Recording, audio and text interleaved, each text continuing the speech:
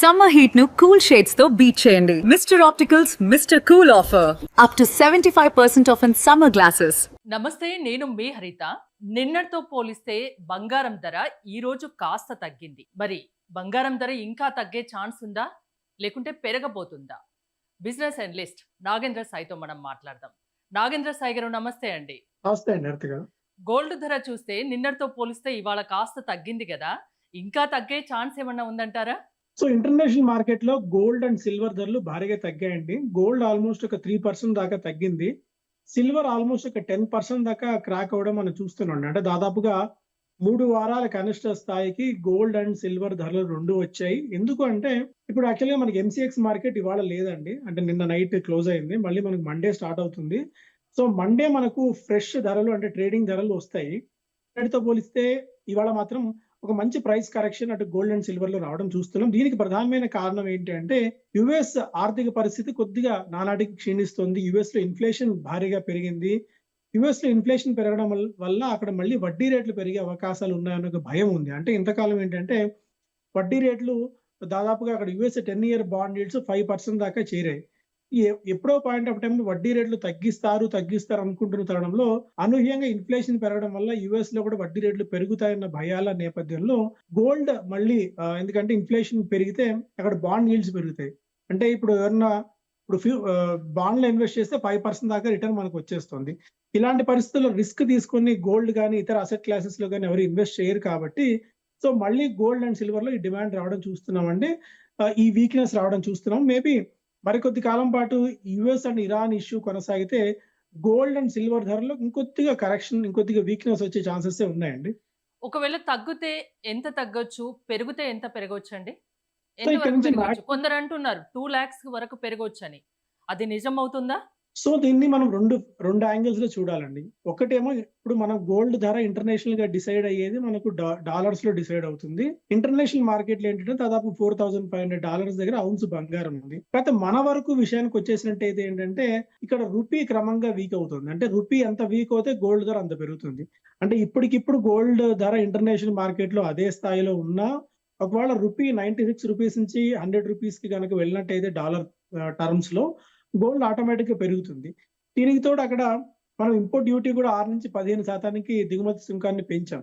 దీనివల్ల ఇండియాలో మనకు ఆ స్థాయిలో ధరల్లో మార్పు చేర్పులు వచ్చే అవకాశాలు కొద్దిగా తక్కువగానే కనిపిస్తున్నాయి. బట్ ఇంటర్నేషనల్ మార్కెట్స్ లో ఏంటంటే ధరలు బాగా వీక్ అవుతున్నాయి. మనం రెండు యాంగిల్స్ లో చూడాల్సి ఉంటుంది. ఎందుకంటే మనం కొనేది రూపీస్ లో మనం కొంటాం కాబట్టి డాలర్స్ ఇచ్చి, సో అందువల్ల రూపీ ఎంత వీక్ అవుతే మనకు గోల్డ్ అంత స్ట్రాంగ్ అయ్యే అవకాశం ఉంది. మీరు అడిగిన ఎగ్జాక్ట్ ధర విషయానికి వచ్చినట్టు మేబీ ఇక్కడ నుంచి ఒక 5% దాకా గోల్డ్ లో వీక్నెస్ వచ్చే ఛాన్సెస్ ఉంది. అంటే ఇప్పుడు దాదాపుగా $1,50,000 ఉంది అనుకుందాం. $1,50,000 ఉంది అంటే మనకు ఒక 3,500 ఇక్కడ నుంచి తగ్గే అవకాశం కనిపిస్తుందండి.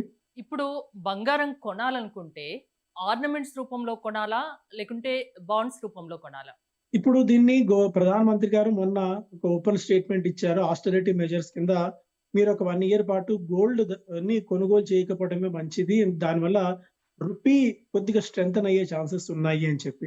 దీంతో ఏంటి అంటే మనకు రీసైకిల్డ్ గోల్డ్ మార్కెట్ లోకి బాగా వస్తుందండి. ఫ్రెష్ గా గోల్డ్ కొనే వాళ్ళకంటే, ఎందుకంటే ధరలు బాగా పెరిగి ఉన్నాయి కాబట్టి దాదాపుగా మార్కెట్ లోకి పెద్ద ఎత్తున రీసైకిల్ గోల్డ్ వస్తుంది. ఆ రీసైకిల్ గోల్డ్ నేపథ్యంలో ఫ్రెష్ గా గోల్డ్ కొనాలి అని అంటే మాత్రం మేబీ కొద్దిగా ఆగమని చెప్తాను మనకి. ఎందుకంటే ఈ ఇరాన్ వార్ క్రైసిస్ నేపథ్యంలో రూపీ ఎంతవరకు వీక్ అవుతుంది మనం చెప్పలేని పరిస్థితిలో ఉన్నాం.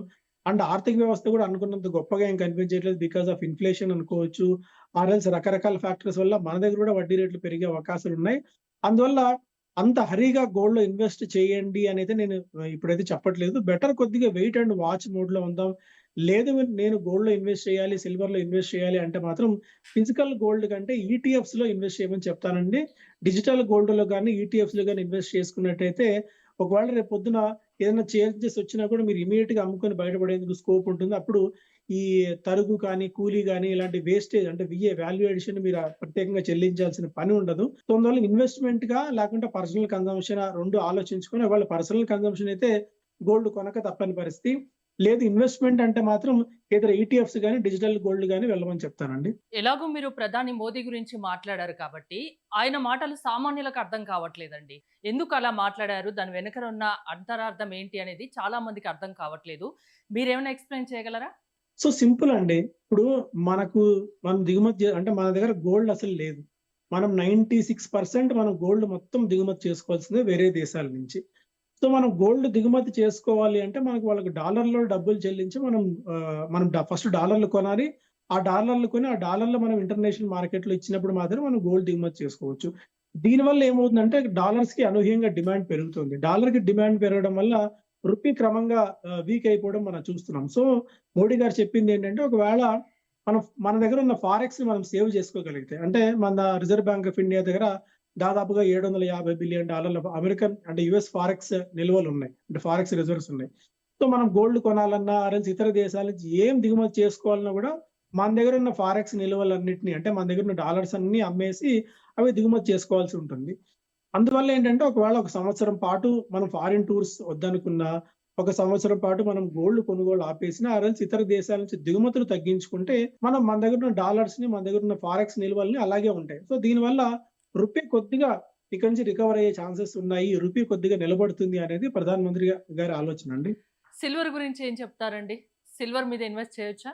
సిల్వర్ ఖచ్చితంగా అండి. నేను చాలా కాలం నుంచి సిల్వర్ మీద చాలా బులిష్‌గా ఉన్నానండి. సిల్వర్ ఎందుకంటే గోల్డ్ ఏంటంటే ఒక హెడ్జింగ్ మెకానిజం కింద మాత్రం ఉపయోగపడుతుంది. సిల్వర్ ఏంటంటే ఇండస్ట్రియల్ అవసరాల కోసం సిల్వర్‌ని బాగా వినియోగిస్తున్నారు. ఒకటి మనకి ఎలక్ట్రిక్ వెహికల్స్ విషయంలో ఎలక్ట్రిక్ వెహికల్స్ బ్యాటరీ మ్యానుఫ్యాక్చరింగ్‌లో సిల్వర్ అవసరం ఉంటుంది.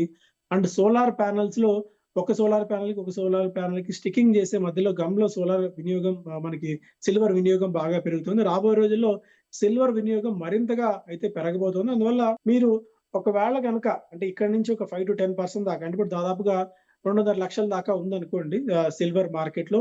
ఇక్కడ నుంచి మేబీ 2,20,000 గనక అట్లా వచ్చినట్టయితే అంటే రకరకాల కారణాల వల్ల అప్పుడు సిల్వర్‌లో ఇన్వెస్ట్ చేయమని చెప్తాను. ఎందుకంటే సిల్వర్ దాదాపుగా ₹4,00,000 నుంచి బాగా తగ్గింది కాబట్టి మళ్ళీ ఆ స్థాయికి వెళ్తుందని నేను చెప్పలేను. బట్ గోల్డ్ కంటే కొద్దిగా సిల్వర్ రిటర్న్స్ ఎక్కువ ఇచ్చే ఛాన్సెస్ ఉన్నాయి. అందువల్ల సిల్వర్‌లో కూడా కొద్దిగా ఇన్వెస్ట్‌మెంట్ చేసుకోమని చెప్తాను. అండ్ ఇన్వెస్ట్‌మెంట్ అన్న పదం వచ్చినప్పుడు మేము పదే పదే ఒకసారి చెప్తుంటామంటే మీ దగ్గర ₹100 ఇన్వెస్ట్‌మెంట్ ఉంది. లేదా మీరు ₹100 పెట్టుబడి పెట్టాలి అనుకుంటే గోల్డ్ అండ్ సిల్వర్‌కి గరిష్టంగా 10-15% లేదా 15-20% మేర మాత్రమే మీరు గోల్డ్‌లో పెట్టుబడులు పెట్టండి గానీ ఫియర్ ఆఫ్ మిస్సింగ్ ఔట్ అంటే మళ్ళీ మనం గోల్డ్ కొనలేమేమో, మళ్ళీ గోల్డ్ మనకు దొరకదేమో అన్న ఒక థాట్ ప్రాసెస్‌లోకొచ్చి ఒక యుఫోరిక్ బయింగ్, ఒక హెర్డ్ మెంటాలిటీలో భాగంగా గోల్డ్ అండ్ సిల్వర్‌ని మాత్రం కొనుగోలు చేయకండి.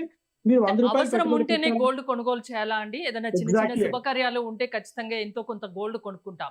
అలా కొనుక్కుంటే పర్లేదు. అంతేనా? ఎగ్జాక్ట్‌లీ అండి. ఇంకోటి ఎగ్జాక్ట్‌లీ ఒక అండి. నా దగ్గర ఒక 5-10 లక్షలు ఉన్నాయనుకోండి. ఇప్పుడు ఆ డబ్బుని నేను దేంట్లో ఇన్వెస్ట్ చేస్తే నాకు రెట్టింపు వచ్చే ఛాన్స్ ఉంటుంది?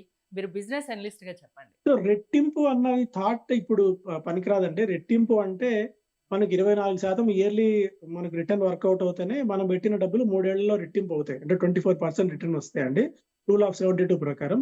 ఇప్పుడున్న మార్కెట్ కండిషన్స్‌లో ప్రపంచవ్యాప్తంగా ఎక్కడా కూడా ఎందులో ఏ అసెట్ క్లాస్‌లో పెట్టినా కూడా అంత డబ్బులు వచ్చే ఛాన్సెస్ లేవు. ఇప్పుడు మన దగ్గర చూస్తే ఒక 7-8% రిటర్న్స్ మనకు బ్యాంక్స్ ఫిక్స్డ్ డిపాజిట్స్ ఇస్తున్నాయి.